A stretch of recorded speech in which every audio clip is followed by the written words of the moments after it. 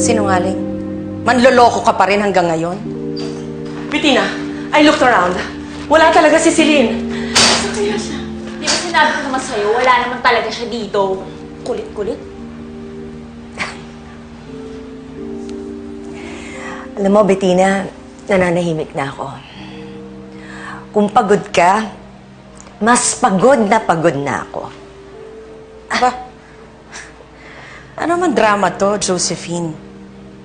Paiikutin mo na naman kami, tapos saka mo kami sasaktan? Bettina, tingnan mo naman ang itsura ko. Tingnan mo nga yung kalagayan ko. Kinukup-kup na nga lang ako ng kaibigan kong si Vanessa dito sa maliit na bahay na ito eh. Kasi wala na nga akong pera. Ni hindi na nga ako makatayo.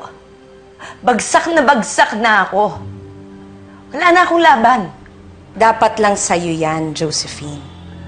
Oo, nagdudusa na ako. Pinagdurusahan ko na lahat ng ginawa ko. At lahat ng yan, handa kong pagdaanan para lang makasama ko ang anak kong si Celine. Hindi. Hindi pwede. Kung gusto mo magdusa, doon sa kulungan, tatawag ako ng pulis. Huwag, parang awa niyo na. Huwag niyo gagawin yan. Ayokong makulong. Gagawin ko lahat ng gusto niyo. Huwag niyo lang akong ipakulong. Lahat? Gagawin mo ang lahat? Oo, lahat ng gusto niyo. Basta huwag niyo lang akong ipakulong. Then makinig ka sa mga kondisyon ko, Josephine. Anong mga kondisyon?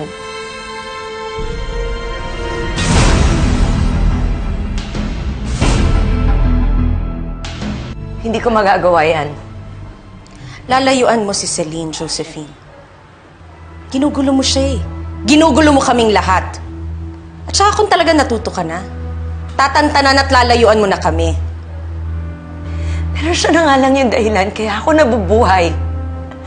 Siya na lang ang dahilan kung bakit gustong-gusto kong magbago. Yun ang mga kondisyon ko. And it's non-negotiable. Oras na malaman ko na kinontak mo si Celine, tatawag ako ng mga pulis. And I swear, darating sila dito na parang putakte at kukuyugin ka. Tapos kami, lalayo na kami ng Pilipinas.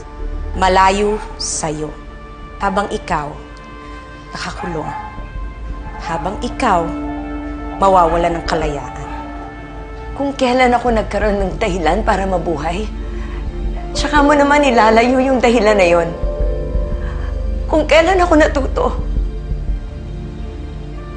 tsaka mo naman ako pipilayan, Bettina. Ang gusto ko lang naman maging isang ina. Gagawin ng ina lahat ng paraan para maprotektahan ang anak niya. Gagawin ng ina lahat para hindi mawala ang anak niya. At ikaw? Hindi ka naman naging nanay, Josephine. Hindi porket lumabas si Celine sa sinapupunan mo, nanay ka na. Ang nanay, hindi basta-basta ginugusto. Pinaghihirapan yon. And God knows, pinaghirapan ko ang pagiging ina ko kay Celine. All these years that she's been alive, and all those times na gusto mo siyang saktan. I'm sorry. That's not enough, Josephine. Ang pagiging nanay, it's not something you'll just want. Pero ako, it's something that I earned. You don't deserve Celine. And definitely, Celine doesn't need anyone like you. Kaya layuan mo ang anak ko. Kung hindi, ipapakulong kita. Take it or leave it, Josephine. Sige. Pumapayag na ako.